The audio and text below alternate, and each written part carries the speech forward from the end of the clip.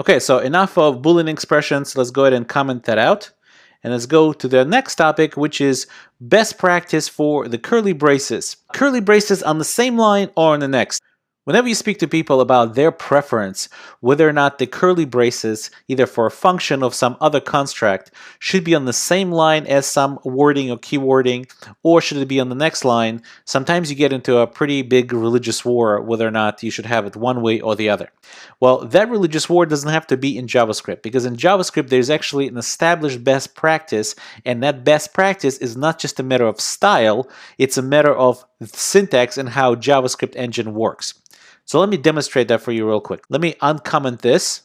And what we have here is we have two functions. One is function A, another one function B, and we're going to execute function A and then execute function B, logging the output of each function. So function A follows the style is where it's always putting the curly braces on a new line. So function A starts and the curly braces on a new line, and it returns an object. Actually, this is an object literal. And don't worry about that. We're going to talk about objects a little bit later, but the point is this is something that needs to be here, which is a curly brace.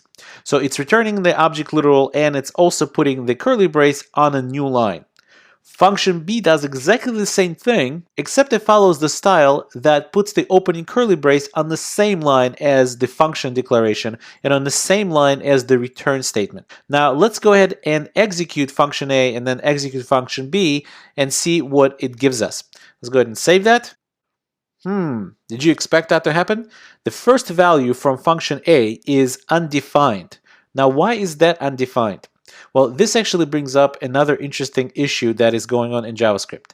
The reason it's undefined is because what the JavaScript engine does behind the scenes when you execute this code is it looks at the return statement, doesn't see anything after it, and places for you a semicolon right after it. So basically what this function A is doing is starting to execute and immediately returning, and it's returning nothing. And since it's returning nothing, when we try to output nothing, it gives us undefined. As a side point, even though semicolons at the end of statements are optional in JavaScript, it is pretty much an accepted best practice to always put them there. Now, there's some minor, I would say very minor controversy about that, and there are people out there that insist that they want to have it without the semicolons at the end.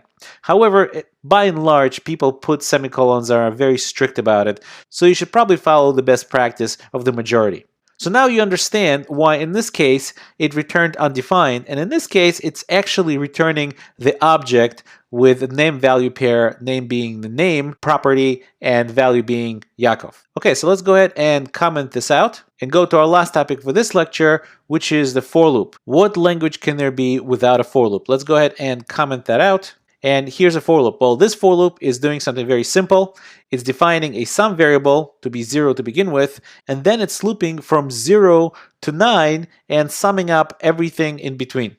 And then it's outputting what the sum from 0 to 9 is. So let's go over this for loop real quick. So just like many languages, the for loop has three parts to it. First is the initialization part of initialization of the counter variable or other conditions. The second one is the condition that the engine will check to see whether or not the loop should be run again. And the third one, some sort of either increment or decrementer or something like that. So the first thing is we're declaring a variable I equal to 0. That is going to be our starting point.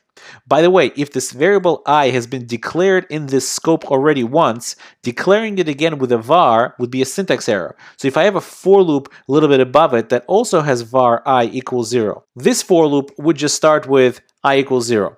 I don't have a for loop above, so I will go ahead and declare the variable I equals 0. Jumped into the last part, we see I++. Well, this is another one of those shorthand notations for I equals to I plus 1. It's the increment operator.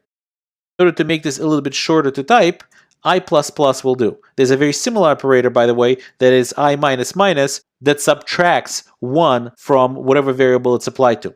In this case, we want to increment it by 1, so it's I++. So we're starting with 0. In the very first time, I is being compared to 10, and 0 is less than 10, and I is being incremented by 1. Then the body of the loop executes, and after that, when we hit the curly brace, it comes right back, increments I by 1, and then checks it again. Is I, in this case, 1 less than 10? It will go again and again and again until I reaches 9, in which case it will go ahead and execute the loop one more time, increment I to become 10, and 10 is not less than 10, and it will go ahead and exit the loop and output this line for us. So let's actually go ahead and put a console.log in here, and we'll output I as the loop keeps going. So let's go ahead and save that and take a look at the result. So as you can see, it's going all the way from 0 to 9, and the sum of 0 through 9 is 45. So we went over quite a bit in this lecture, so let's quickly summarize. We went over the string concatenation, and we went over math operations and how the typical precedent rules applies there just like it would apply in pretty much all the other languages. And if you want to know more about it, there's certainly much more to learn about it. You could go to the Mozilla Developer Network and delve deeper into that documentation. We spoke about type coercion, that is dynamically converting a type to a different type for either addition or comparison or a different type of other operations that you would need both sides of the operand to have the same type for. We also spoke about the regular and strict equality, the regular equality being with double equals and the strict equality being with triple equals. And the big difference between them is that the strict equality will first compare to see whether or not both sides are the same type. And if they're not, it will not consider them equal. It will not check anything more. So type coercion will happen with double equals, the regular equality, but strict equality prevents type coercion. We also spoke about what is true and what is false in JavaScript, what is considered true and what is considered false in JavaScript. We also talked about opening curly brace placement. It's not just a style in JavaScript. In JavaScript, it's very important that you adapt the style of putting the opening curly brace on the same line as the function definition or a object definition and so on.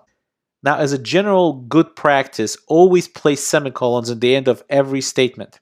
Now, there are some that disagree, and I provided a link here for you here to an article that makes a really good case as to why you might not want to do that, or at least might not have to do it, absolutely have to do it. Kind of makes fun of the people who insist on it. But the bottom line is most people do that and place the semicolon at the end of pretty much every statement. So you should probably adapt it no matter what anyway. And last but not least, we spoke about the basic for loop syntax, and I showed you some simple code to sum up numbers between 0 and 9.